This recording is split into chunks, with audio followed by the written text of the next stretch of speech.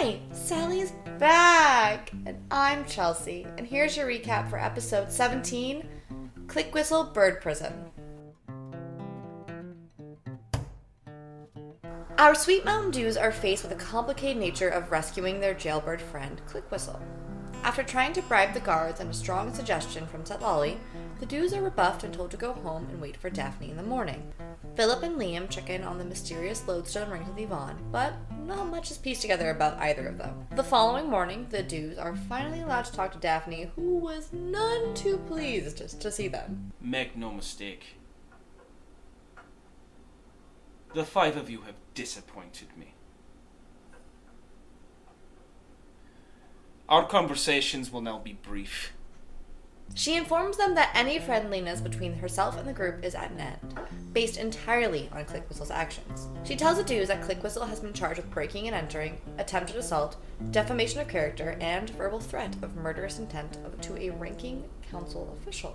Once convicted, she would likely spend the next 3 to 4 months in the underground cells of Banderock Prison. Despite some well-reasoned arguments from Liam and Philip, and an explanation from Clickwhistle, Daphne admitted that the thing she was most angry about was the fact that the break-in and Clickwhistle's suspicions were done behind her back.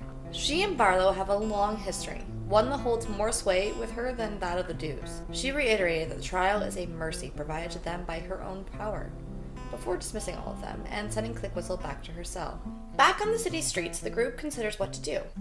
Lolly volunteered to try and infiltrate the Crimson Dawn, perhaps finding a way to help Clickwhistle as well as an opportunity to learn more about the mysterious group's intentions. Nemo suggests the group heads towards Morrel's store, figuring 2 things.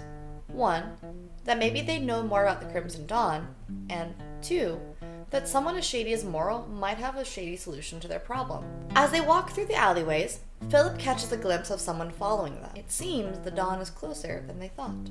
Once at the shop, the group is greeted and ushered into Morrel's office by a brightly robed Morrel.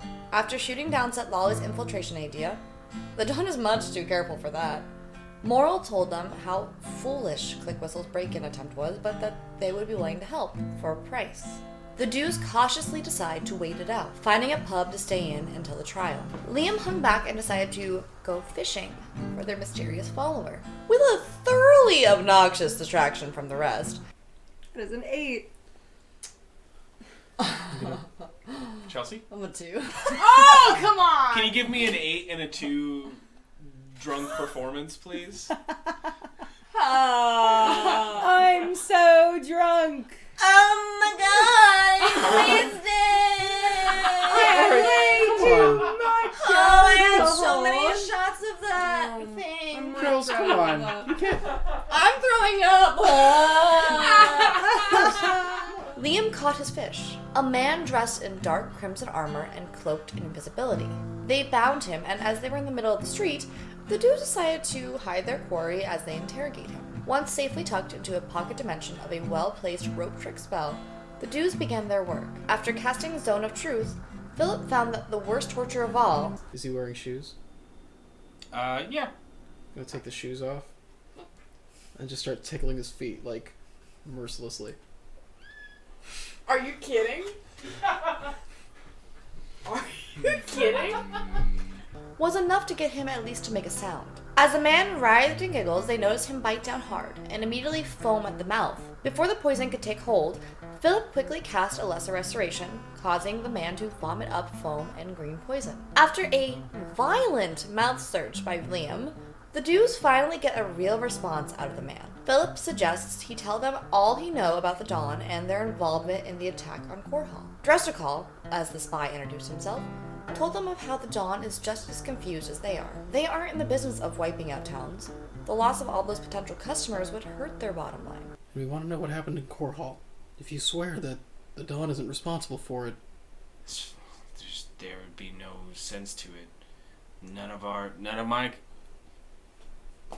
Got some friends in Korhal. When it happened, I reached out. None of them understood what happened. And a few of our Crimson Dawn agents were even part of that mass of dead. Are you really gonna put your butt on my phone? You did. You totally just put your butt on my phone. He suspects that whoever is responsible for Korhal is playing a game with the Dews, but They just can't see it. He also volunteered that the Dawn has a plan to take Clickwhistle back, by jailbreaking her from the caravan if the trial went south. Dressicol was only sent after the Dews to watch them and see what they would do. He suggested the Dews let the trial play out, as it would be easier for everyone, though Clickwhistle would have to be taken back to the Dawn. With that, they returned his weapons and turned him loose once again. And now they wait for the trial of their bird-brained friend. Find out what happens this week on The Natural Ones.